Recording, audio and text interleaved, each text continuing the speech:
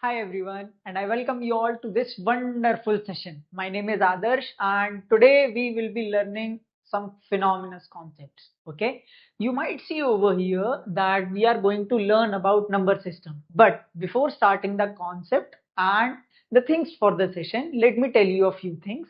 This session is going to be bilingual. Moreover, 80% of the conversation and communication is going to be in English, and rest 20% would be used in our Hindi language, so that everyone can communicate, everyone can correlate, and no one should be feel hesitant regarding the concepts and their doubts. Okay, so let's get started.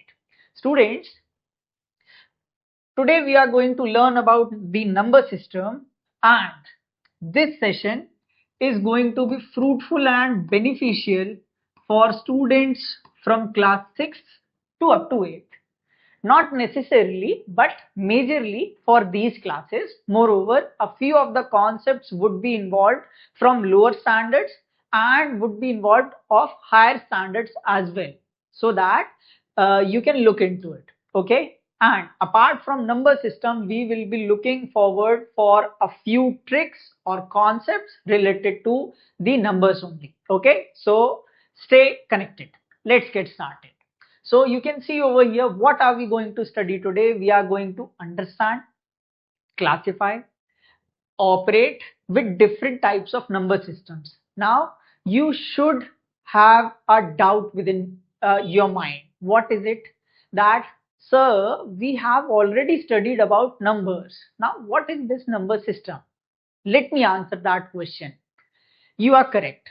You are studying from the beginning of your academics about the numbers, but you have studied them in a very vague manner. Now it's the time to study them in a very well structured manner, in a very synchronized manner, and to learn more regarding their properties, regarding how do they look, how do they operate, what do they mean, so that it should create a great base for your upcoming standards and concepts. So let's start.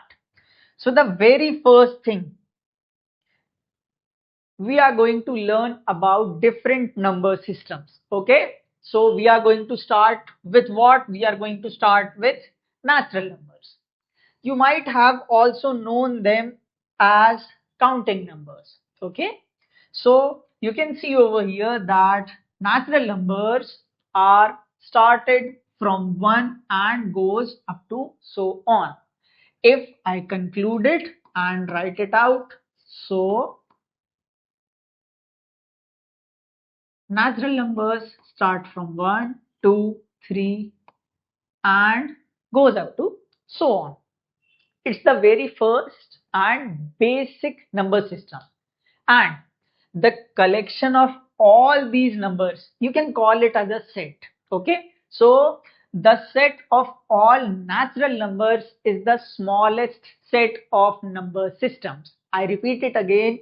The set of all natural numbers is the smallest set of number system. Okay. Let's move ahead. And the next set over here is, or the next number system over here is of whole numbers. So you need not to worry about. Okay. What are these? So whole numbers start from 0, and then we do write all natural numbers. We can also write it as 0 plus all natural numbers.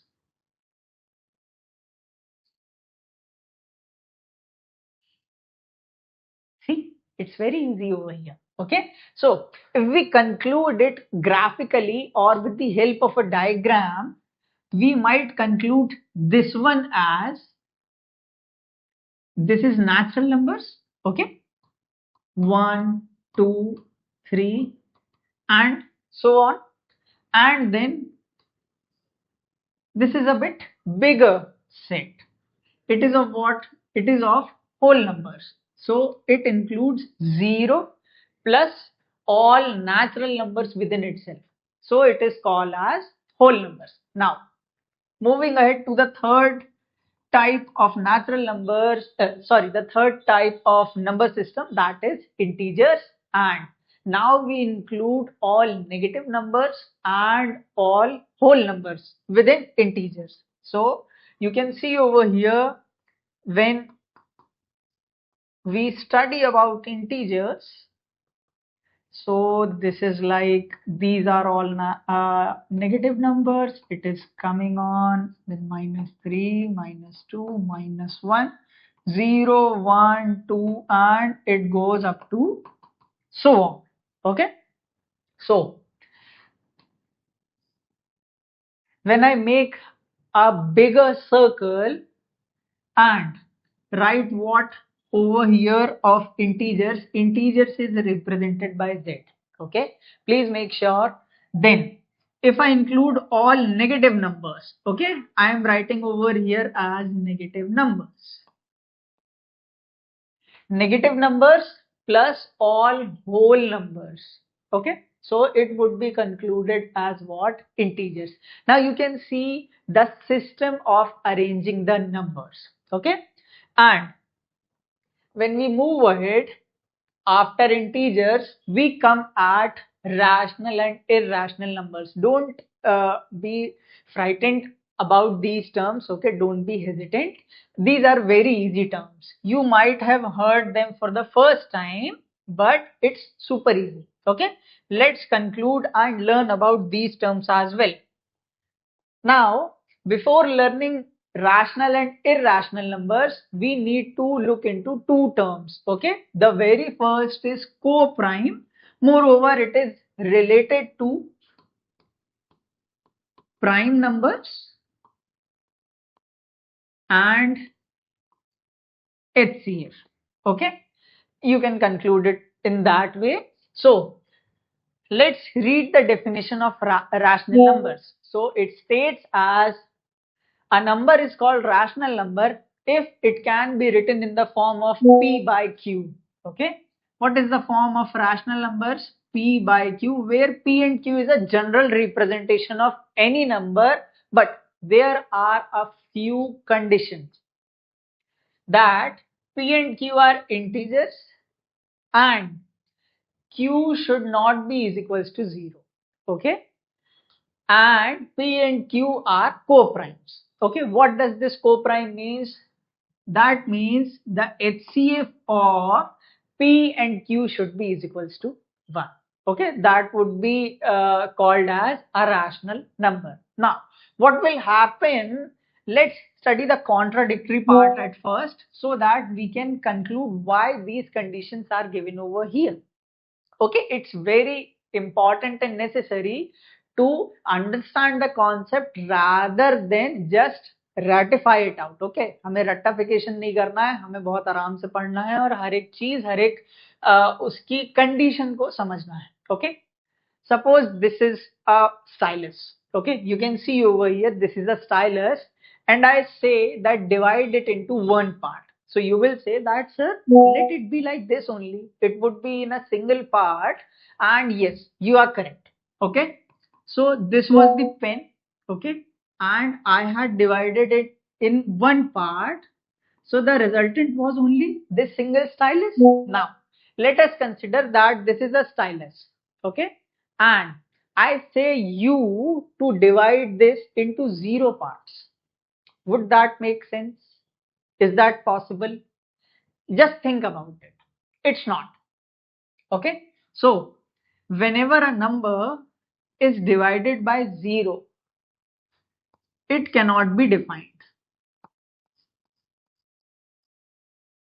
Okay. So that is why it is written over here that Q cannot be is equals to 0. Now you may look into the things that this was the general representation P by Q, where I took P as 1 and Q as 0. So you may see that you cannot divide anything by 0. Na? So that is why it is written over there that Q cannot be is equals to 0. I hope so these things are clear to you. So any number, okay, any number which can be written in the form of P by Q where Q cannot be is equals to 0, it is called to be as what? As rational number.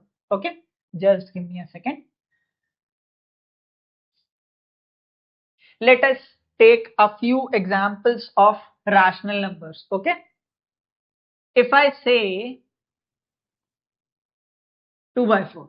Okay, let's look into this example very precisely, and I'm taking another example as 1 by 3. Okay, so this one is good to go. Moreover, we would be more focusing on this example. Let's look. So this 2 by 4 can be written as 2 multiplied by 1 and 2 multiplied by 2. It's very easy to write it out like this. Okay, now within rational numbers, there is another form of simplification. What does it say is that whenever there is a single quantity within the rational number, and moreover, let me tell you and introduce you with another term, that the number which is written as P, it is numerator, and the number which is written in Q, that is known as denominator.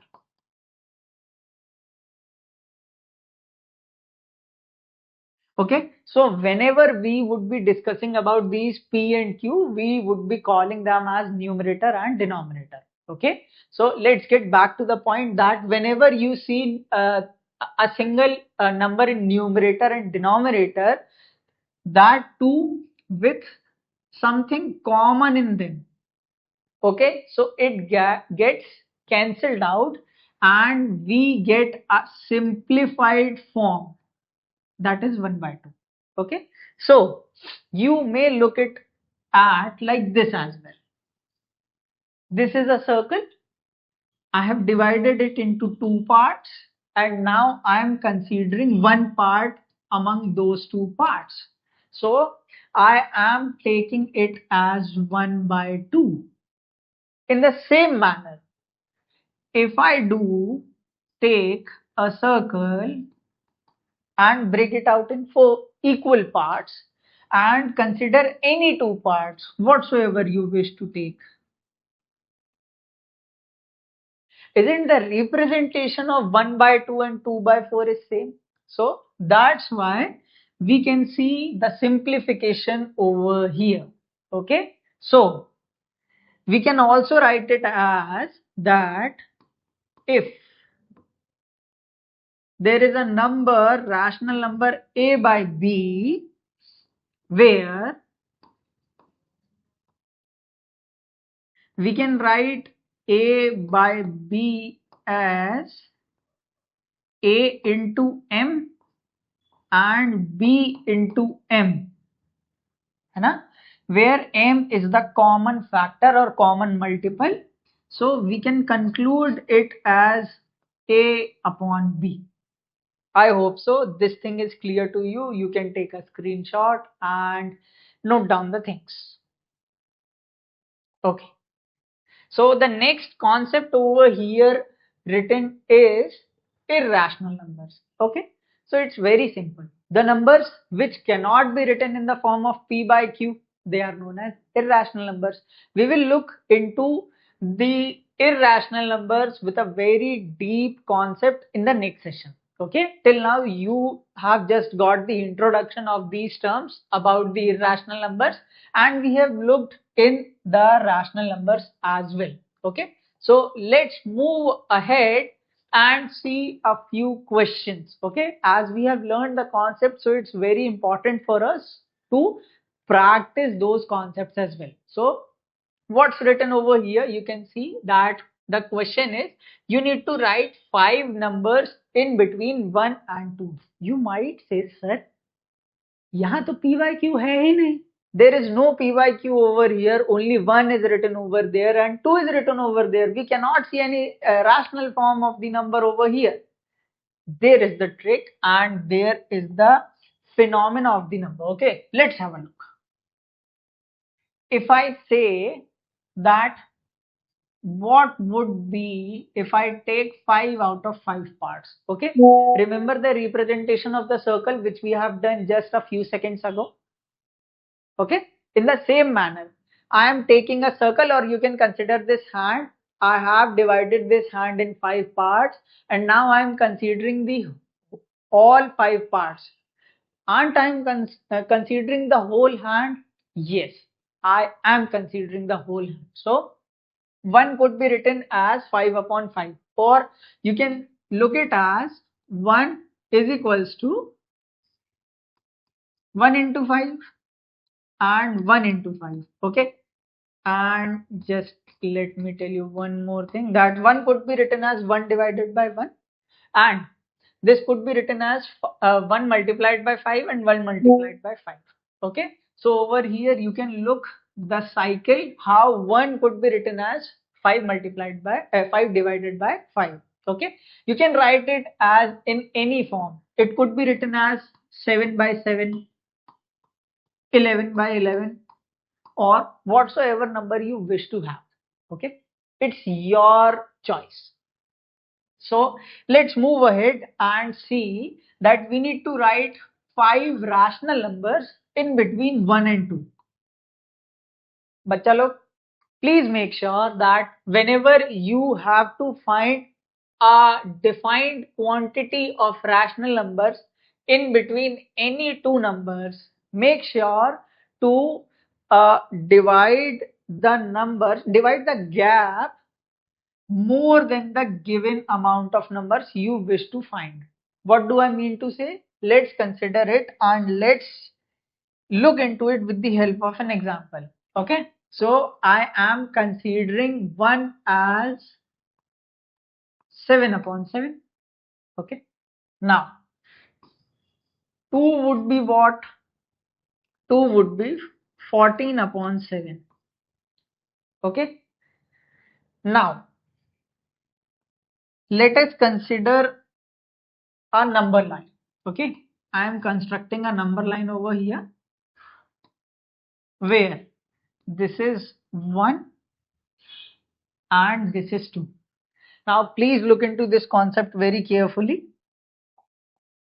How many parts do I have to make of this line? 7 parts. Okay, that too, 1 is concluded as 7 upon 7 and 2 is written as 14 by 7. So you just need to create the number which are missing or which need to be written in between these numbers. Okay, so this would be 8, 9, 10, 11, 12 and 13, as 14 is over there. So see how many parts do we have created? First, second, third, fourth, fifth, sixth and 7 parts we have made over here. Now we just need to write the numbers.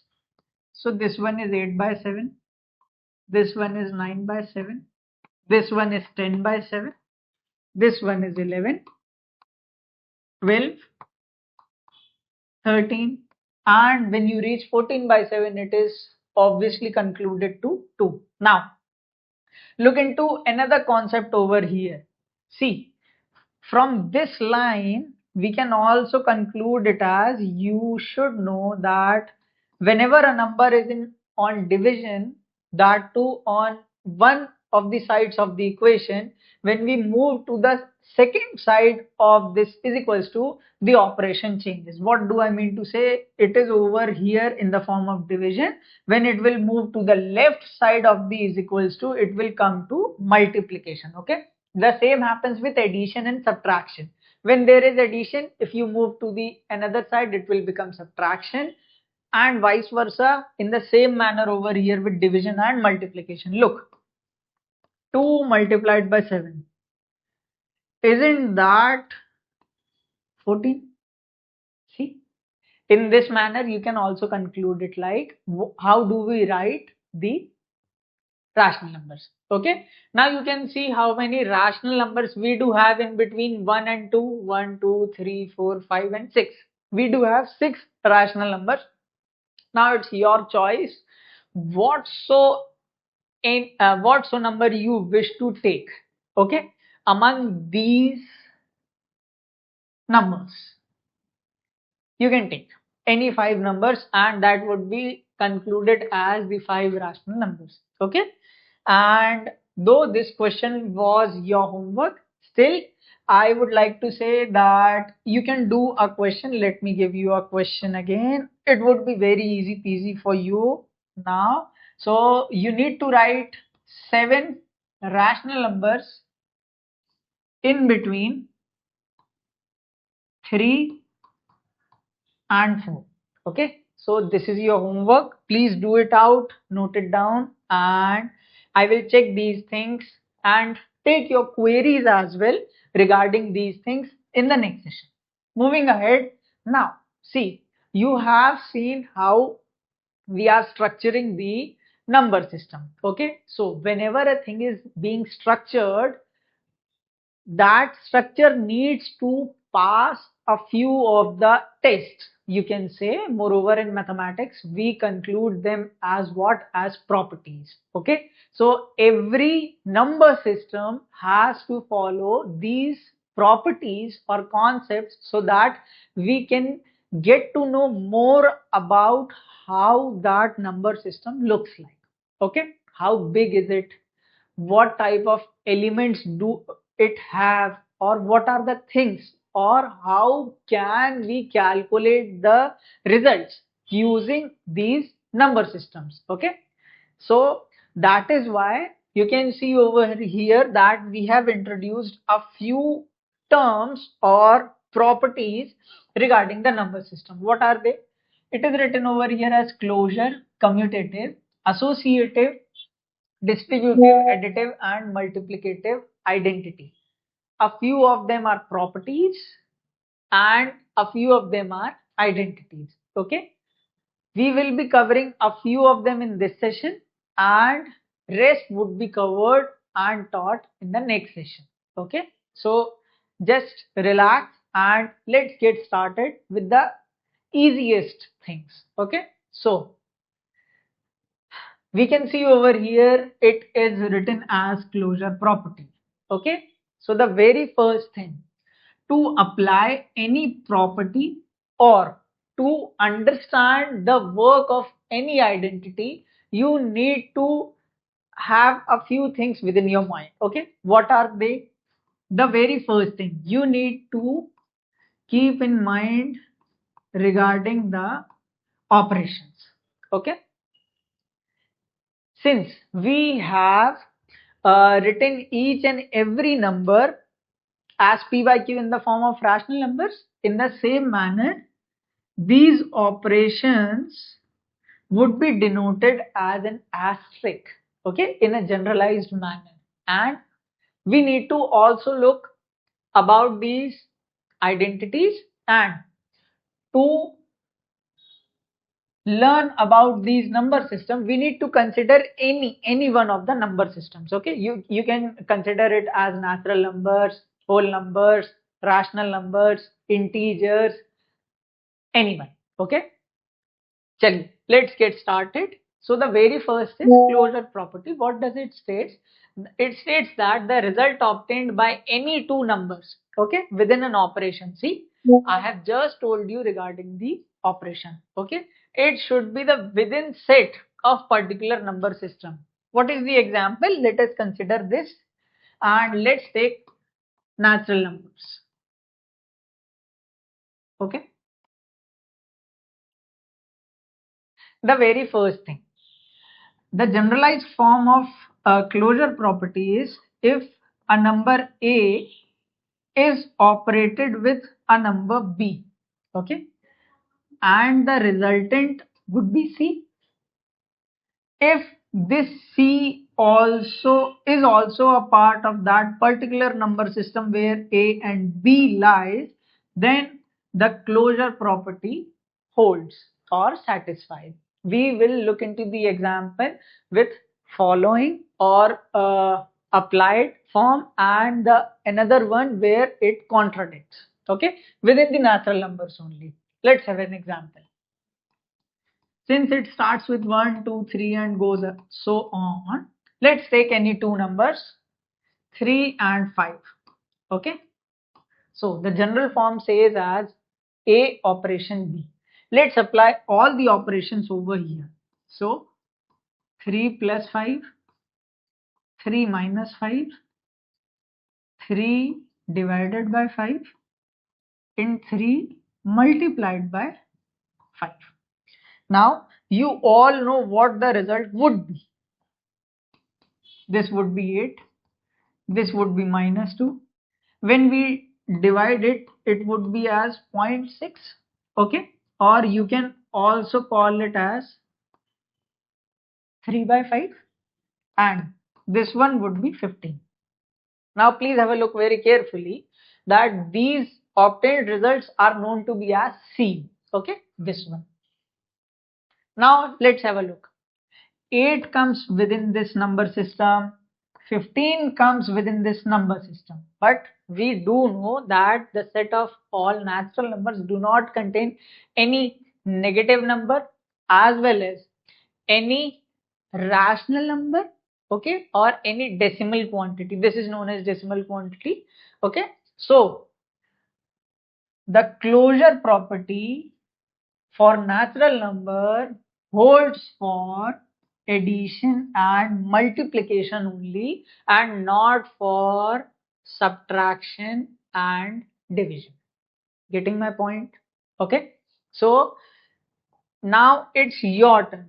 Consider any of the sets of the number system, and then apply each of the operations within this closure property so that you can have a look whether it is following the property or not.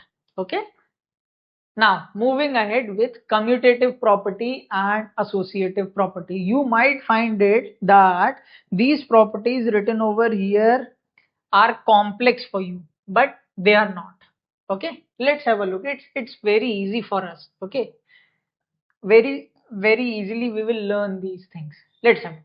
What's given over here? It states that the order of number does not change the sum or product. Okay, I had simplified the definition as of now over here, but within this commutative property we need to check the order of numbers. Okay, and for your instance and help, I had written over here that sum and product. What does sum and product means? Addition and multiplication. Okay, we do addition, we call it as sum, and with the help of multiplication we do product. Okay, so for these two operations the order of number does not change. Now what does that means? Okay, so let's have a look. Okay, so let's have a look about the commutative property. The generalized form of commutative property is A operation B should be is equals to B operation A. Okay, and within associative we write it as A operation B operation C should be is equals to A operation B operation C. Okay, are you all getting my point that how we do need to write these properties? Okay, so these are what? These are asterisks where we need to write the operation, and you can see that it does not change for the sum and product. Okay, so A plus B would always be is equals to B plus A. You take any two numbers, even A multiplied by B would be always is equals to B multiplied by A. In the same manner, now for associative, you can also look that it does not change for sum and product. What do we conclude from these things? That it do change for what? It do change for subtraction as well as division. Okay, so for subtraction and division these properties do not hold. Okay, now it's your homework to look into the examples and try to contradict. Okay, though it won't be contradicting for sum or product, but still give it a try so that you can be more confident regarding the concepts. Okay, so these were the things. Now let's learn something more about the numbers. Okay, Now I will be teaching you a few things, a few concepts regarding what? Regarding addition of numbers. Okay, today we will be learning about the addition of numbers. It might feel hectic for you as of now to add a series of numbers. So we will be looking into that. Let us consider 1, 2, 3, 4, and 5. You will say, sir, it's very easy, no? We can add it very easily. Okay, so how will you add 1 plus 2 is 3, 3 plus 3 is 6, 6 plus 4 is 10, and then 10 plus 5 is 15. Great, great work. Now, the very first thing I would like to tell you, you should observe that these are what? These are 5 consecutive numbers. Now what does consecutive means? That there should not be any gap, है ना? कोई भी gap नहीं होना चाहिए, सारे के सारे numbers continuous होने चाहिए, उन्हें हम consecutive बोलते हैं. So you can see that there are 5 consecutive numbers. Okay, now whenever you see 5 consecutive numbers, what you need to do, you just need to take the middle term,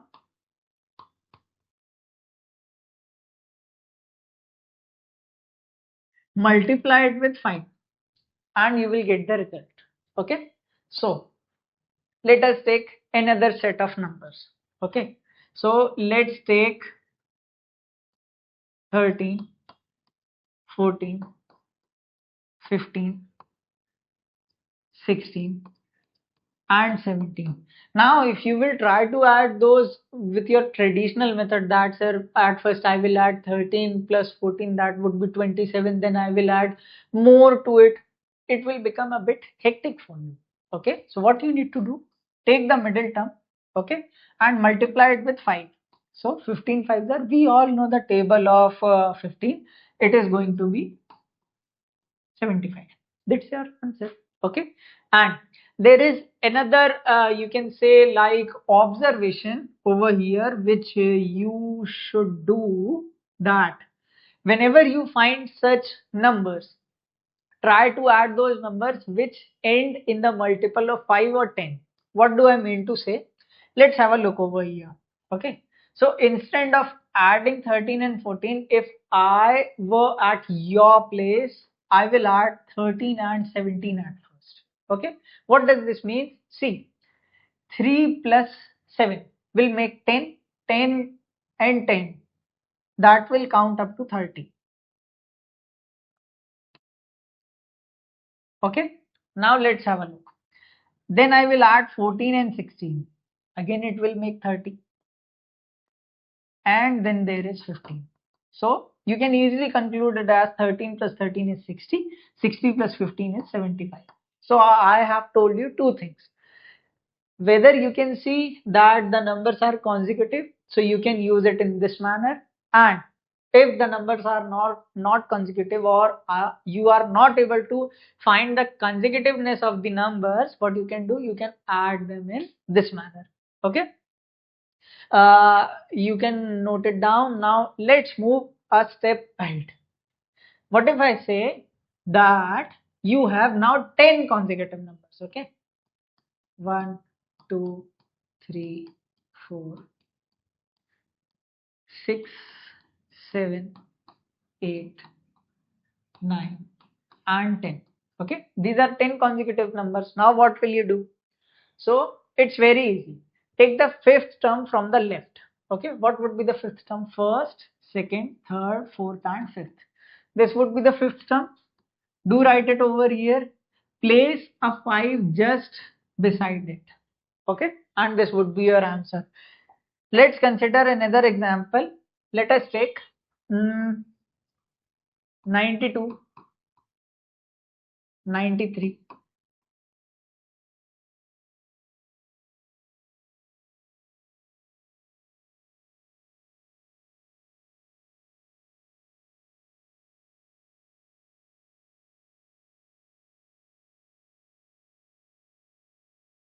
Okay, Again, you can see that we have 10 terms, 1, 2, 3, 4, 5, 6, 7, 8, 9, and 10. So it's very easy. What you need to do, you just need to take the fifth term from the left hand. So first, second, third, fourth, and fifth term. Do write it over here and place a 5 behind it. 965 would be your answer for this calculation. You need not to do the traditional methods. You can find it in this manner.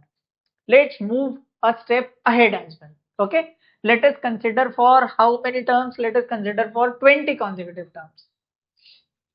1, 2, 3, 4.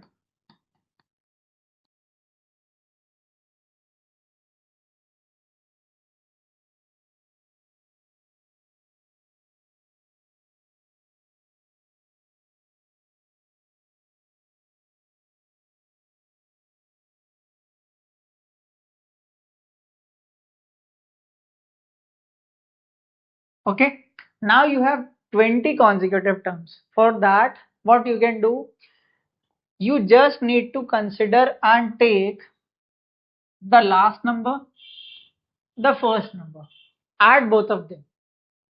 This is step 1. Okay, so you need to add the first number, whatsoever the first number is of those 20 consecutive numbers, and whatsoever is the last number. Add them. 21 would be the result. Now place a 0 behind it. 210 would be the answer of these numbers. Okay. You may cross verify it by breaking it down to the two series of 10 consecutive numbers. Okay, let's do it out. So first, second, third, fourth, fifth, 55 plus first, second, third, fourth, and fifth, 15, and then again a 5. So when you will add them, it will conclude it as 210. In this manner, we can learn many new things regarding what, regarding mathematics, regarding addition, and regarding the number systems. Okay, so this is how the number system works. I hope so you have learned in a very efficient manner. Whatsoever you have doubts, you can let me know. I will solve it out. We will discuss those doubts in the next session. Please make sure to give me a feedback. Till then, bye bye.